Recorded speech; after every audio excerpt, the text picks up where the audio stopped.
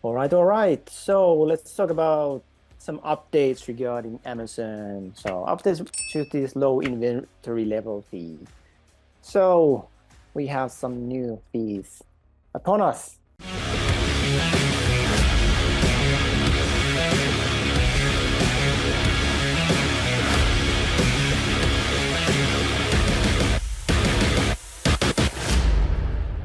Yeah, so today we are going to be talking about what are these low inventory level fees and the criteria and understanding the historical days of supply. 30 days, 90 days, and then exemption rules that there are. So what this means is that, of course, you could argue that, yeah, I mean, Amazon is all the time introducing new fees for this and that and blah, blah, blah. I mean, okay, that's a fair point. But another aspect is to consider is that what does actually Amazon wants to do? So what's the thing that they want to actually deliver? So they call themselves as the most customer focused company on the planet, or was it even the universe or whatever. So the point is that they are obsessed about giving great customer experience for their customers. We could see that how this actually also makes sense that, I mean, they add fees for certain things to give incentives, meaning that they don't want to store too much stock in their warehouses that's not like selling. So that's why there's like long-term storage fees. I mean, if you have inventory inside of Amazon and it's not selling quick enough, I mean, then they will give you a fee. Because of that, they penalize. Another aspect is that, as a customer, like if you really want to buy some product, like maybe you're browsing on Amazon and you see a product that, hey, I mean, this is really cool and you want to buy it, but then it's out of stock. How do you feel? You feel disappointed. You feel like, this is BS. I mean, you're not happy. So that's another thing that Amazon wants to avoid, these kind of situations where like these certain items are out of stock. So that's another way to look at this, that it's just an incentive, kind of like force or incentivize sellers to give to be more focused on this good customer experience. So that this means that you cannot have too much stock inside of the Amazon, but you cannot have too little either, right? Okay, so what is this low inventory level fee? So it's charge implemented by Amazon for sellers who maintain insufficient inventory levels relative to the historical demand or customer demand. So that means that it's based on your like historical data, how much your product is actually selling. So what's the purpose? I mean, the purpose is, or like in the end, the purpose is to give a good customer experience. And one aspect of that is to give like adequate stock across the fulfillment networks to really ensure like these faster delivery to customers. Because yeah, that's actually a good point. Another thing is about this shipping time. So if you're ordering a product, but then it's far, far, far away from you, then that means that it's not gonna be delivered tomorrow, or maybe not even today after tomorrow. Maybe it's gonna be 3 days until it's shipped. And Amazon pretty much like prides in having fast shipping times. So that's kind of like the thing that they always are claiming to have, like fast shipping times and cheap prices. I mean, that's kind of the way that they like to. That's the brand image that they like to maintain. So obviously, if it happens that the delivery times are super slow, then I mean it has a negative impact. So yeah, another thing is that to boost sales and products with healthy inventory levels tend to generate more sales. It also means that like when you experience that okay, your sales just start going up and up and up and up and up, you get this like snowball effect. You can see that like it's not really you that who is doing anything in terms of getting these additional sales. No, it's actually Amazon who is just giving you more traffic, because you can often see that, okay, where is it actually, where are these sales coming from, and so on. So then you can basically see that, well, I mean, nothing has been changed in terms of these ranking levels or whatever. It's just a matter of like Amazon doing more of their thing. And the thing is that, you know, they are not going to do that if the seller is constantly having issues in maintaining the stock levels. So I mean, this encourages the sellers to maintain adequate stock to meet customer demand efficiently. So, okay, key question in everyone's mind, and in my mind too, is so when do you actually have to pay this fee? And let's face it, like every single seller on the planet, Amazon seller, I mean, also has failed product, which means that it's a product that's kind of like dog, it's not doing that well. So, which means that no matter what level seller you are, not like no matter how long you be doing this, I mean, still, this actually might impact your products as well, because you know everyone has these products that are not really doing that well, right? So this fee applies when a product's inventory level relative to historical demand falls below 28 days. So for example, if both the long term, which means 90 days, 3 months, and short term, 1 month, last 30 days, historical days of supply are below 28 days, then this fee is triggered. And if it's so that just one, like either the long term or short term, I mean, reaches this 28 days, then the fee won't be triggered. So this means that both of these have to match, that it's longer than 90 days, and then it's triggered. So what is this historical days of supply? Well, I mean, it's based on your sales calculated by dividing the average stock by the average sales over the last 90 and 30 days. It decides if you pay the low inventory level fee or not. So yeah, let's look at the timeline. So this is a pretty recent thing. I mean, this was announced in December, and April it became effective. So the low inventory level fee went into effective, and the transition period, meaning that any fees incurred in April were credited back to sellers. Then there's an extension of this transition period until May, and yeah, end of May. Well, actually, this has the wrong year. It's this year. So yeah, anyway, I mean, the fee is upon us already, like in a matter of a few weeks. So yeah, the exemptions, what are the exemptions here? Fees incurred due to Amazon delays will be credited back the 15th of the following month. So starting May 15th, which is, oh, it's actually today. So products that sold less than 20 units in the past 7 days are exempt from the fee. And there's also these exemptions in terms of Prime Day. So these time-bound fee exemptions for products in Prime, exclusive lightning deals and best deals. Because, I mean, they know that, okay, there's gonna be bump in sales during that period when you're running these deals, then those products are actually exempted. So it's going to be 4-week exception period following the Prime Day. So it's 4 weeks after the Prime Day, which is it was sometime in July, right?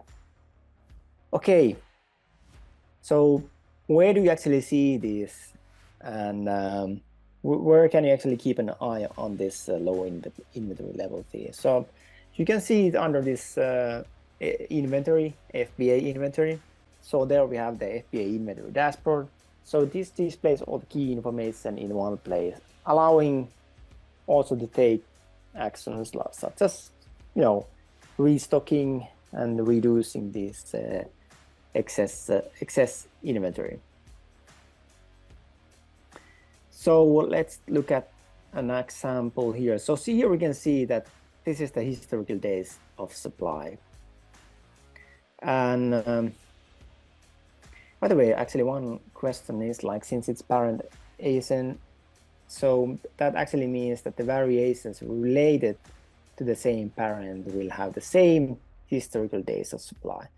Okay, so that then, I mean, whatever the parent says, then it's going to be the same for the children. So let's see, short-term historical days of supply is 15, short-term is 10, and long-term is 15. Average daily on-hand units 120 and 150. Then average daily shipped units, it's 12 and 15. So low inventory level fee information for this product is that it's exempted from this low inventory. It's not, it's exempted from this low inventory level fee, but the low inventory level fee will be applied. So the thing is that both actually have to match, right? So it's not one or the other, So when you see this actually per product, this is the actually place to see that are you in danger of paying this fee, and it's a pretty hefty fee. So we will get into that in a bit. But anyway, you can check it under this low inventory level in FBA inventory dashboard. So let's look at these calculations. So the formula to get this historical days of supply and total fees.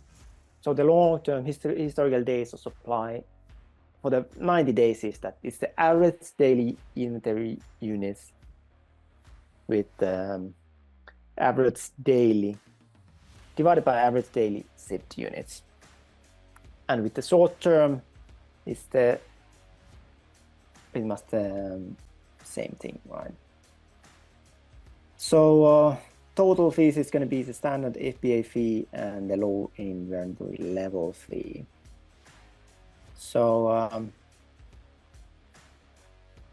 in this example, we can see that, okay, there's 150 units, the daily inventory, then the daily shipped units is 10. So it's going to be 150 divided by 10. So this long-term historical days of supply is 15. Or short-term, 120 units divided by these daily shipped units, which is 12, then it's 10 days. So yeah, 15 days, 10 days. So in this example, I mean, the greater of the two metrics, 15 days, will be used to determine the low inventory level fee tire for this product. So this is what the tires actually mean. So the fee depends on the number of days on this supply and on the product size. So this means that on the higher, the bigger the product is, the dimensions are then, depending on which size tire it goes, then the bigger the fees are gonna be. Ilma is asking, is it 100% sure that these fees are related always to products and never overall performance of brand store? These are product related because it's stock related, which means that, because I mean, we go back to the incentive that is here. So I mean, it comes down to that they want to actually give it this good customer experience, that that there's stock available, but not too much stock. So the store, it has nothing to do with the store. It has nothing to do with the brand. It has only to do with the inventory and with the product listings. Okay, I was just like worried if it's like if you get punished if your products always have some issues with this, like the whole history repeat itself like all the time, and just wondering, is it possible to have such a kind of punishment from Amazon not able to perform Amazon in will that? like label your account that, hey, you are not a good seller, so you will pay extra fees. Luckily, there is no such thing, so it's all based on the storage. I mean, okay, what is taking space from the storage? So then you pay these fees based on if you spend too much time in the storage, then okay, you need to pay extra the long-term storage fees. Or if you're all the time like having too low levels of this inventory, and which means that all the time like there's going to be disappointed customers, then that's when you pay this fee. All right, so large standard product that weighs under 2 pounds and the historical days supply is 15 days, then you will pay 70 cents per unit. So we can also see that, I mean, it quickly adds up, meaning that it's going to be actually it's based on the unit. So meaning that when you make the sales, then that's you're going to be paying this on top of this. So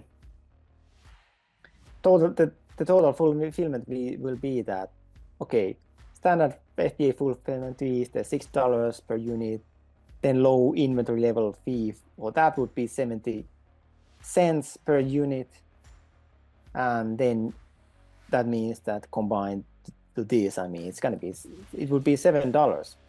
Okay, so let's take another example here. Yeah, so here we can see that, okay, here's another example. Okay, this product doesn't have the low inventory level fee because the short-term historical days of supply is at 28. So we could see that with the previous one, it was 15, and here it's 28. As long as one of the metrics is at 28 or above 28, then there will not be a fee. So here in this, for example, it would be that, okay, just have the standard FBA fulfillment fee, and this is this product here, this is example, this is the, oops, this is the large standard size here, which is 3 pounds. So it's on the large standard size.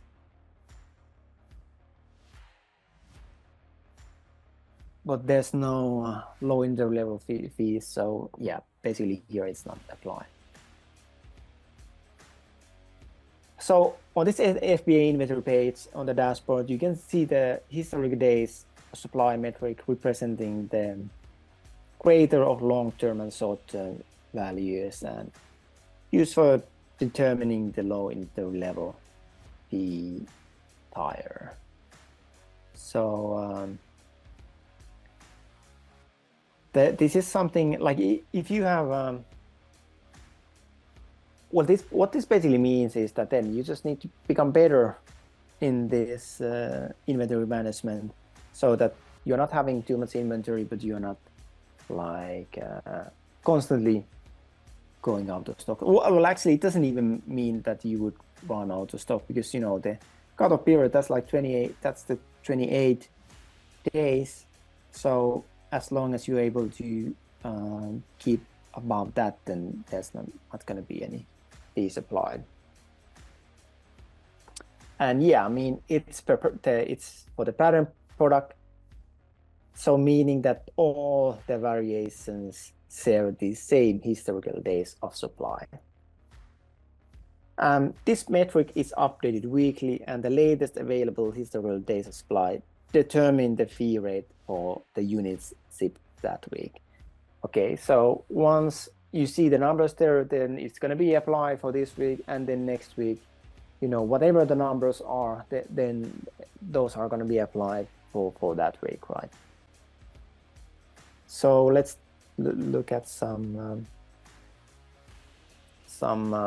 frequently answered questions. So, okay, which products are subjected to this fee? So the low inventory level fee applies solely to standard size products when the historical days of supply fall below 28 days. But okay, how can you actually determine? I mean, this is pretty simple, right? Like you can just go to the dashboard and check that, okay, how much supply do you have? And if you have more than 28, then no problem. Or 28 days or more. And what about the number of units subject to the fee? So you'll be charged depending on the units that you sold during the period when your inventory is low or below the threshold. Which means that as soon as you go like above the threshold, then basically you wouldn't have the fee, right? So, okay, let's take a period. So this is week 2 to 3, so 1 week. So you sold like 200 units. The historical days of supply is 15 days. The low level inventory fee per unit is 70 cents, which means that, okay, now you need to pay additional fee of $140. So next question is, why does the fee depend on the greater of short-term and long-term historical days of supply? So what Amazon is saying that, I mean, by choosing the longer historical days of supply helps assess products' long-term inventory management, and monitoring these metrics allow for improvements in inventory levels to minimize the fees. And yeah, that's the thing to understand here, that it doesn't necessarily like even impact you in that sense, that because it's only if you're consistently having these low inventory levels. So in that sense, this is more like incentive for all the sellers just to be focused on having healthy inventory management, that you are not constantly at this too low inventory. And it also makes sense in that sense, that because in US where this is applied, I mean, the inventory tends to spread quite a bit, meaning that it's spread across the country. So if you don't have that much units, then I mean, it's going to be spread pretty thin. So, which means that if all the inventory is just stored in let's say all the remaining inventory is just stored in one fulfillment center, then I mean, the shipping time is going to be pretty long. And any new sellers are exempted from the fee for the first 365 days after they receive their initial inventory. So that means that if you just set up an account and and send your inventory, then I mean you won't even need to be bothered about this for the first year. So it's not only about setting up the account. It's I mean when the inventories actually arrive on Amazon. Then new to FBA parent products are exempt from the fee for the first 180 days after they receive their initial inventory, provided the seller is enrolled in this FBA new selection. Okay. Then the low inventory level fee won't be charged in the following situations. So SKUs where 70% or more inventory was order replenished through Amazon warehousing and distribution over the 90 days are exempt from the fee as this program manages replenishments into FBA on behalf of sellers. And what this means is, for example, the star program, the pilot program that we are doing. I mean, they have this upstream storage where most of your inventory is going to be there on the upstream storage, and you cannot impact what Amazon sends to the FBA warehouse, because I mean they just do it automatically without even asking you. So that's then basically these, let's say, I mean, I guess it's not the product, but yeah, it's going to be the whole SKU, right? Like if at least 70% of the inventory is there. So if you're using it, then you don't need to, or actually you need to take into consideration like what we are doing at, I mean, we are not using the upstream storage like for everything. I mean, heck no, because I mean, Amazon global shipping is so slow and unreliable in that sense. Like when you're in a hurry, I mean, you definitely should not use only them, because, you know, it's because of the before mentioned reasons. So I mean, what we do is that, I mean, we use it, but I mean, we also, I mean, send inventory without using it, right? So here, if 70% or more, I mean, comes to it, then okay, then that product is exempt, right? Another exemption is that products that have sold fewer than 20 units in the past 7 days are also exempt from the fee. Okay, fewer than 20 units past 7 days. What happens if your product hasn't made any sales in the past 30 or 90 days? Well, I mean, if your product hasn't sold any units, that you are not selling any, which means zero, no sales during that period, then your historical days of supply will be more than 28 days. In this case, you won't be charged a low inventory level fee. I guess that's one way to avoid it, that take a break, take this 90-day break. So, quick tips regarding this.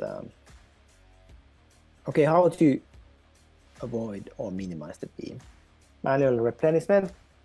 I mean, just ensure that the short-term historical days of supply exceeds 28 days by sending in additional units. And I mean, that's a good tip, meaning that if it looks like, whoops, now we are below 20 days, then okay, maybe we could actually ship something there just to go past it.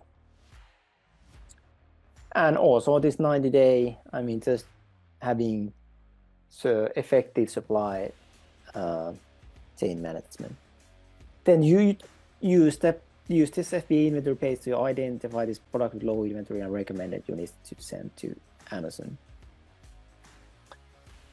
And another thing is like we noticed there that they mentioned like parent. So maybe we could actually make the use of that, which means that you could have this parent product like fast or average selling product. I mean, this product maintains consistent sales above the threshold, ensuring it doesn't incur these low inventory fees, and acts as the anchor for the parent side listings structure, whereas the children, I mean, could be slow moving items, so these can be included. I mean, it's better to have them there, I guess. So so it gives a bit of a leeway how to look at it, but I think, I mean, I wouldn't say that this is really even such a big deal. I mean, I guess it would be a big deal if you like consistently notice that, oops, it happened again.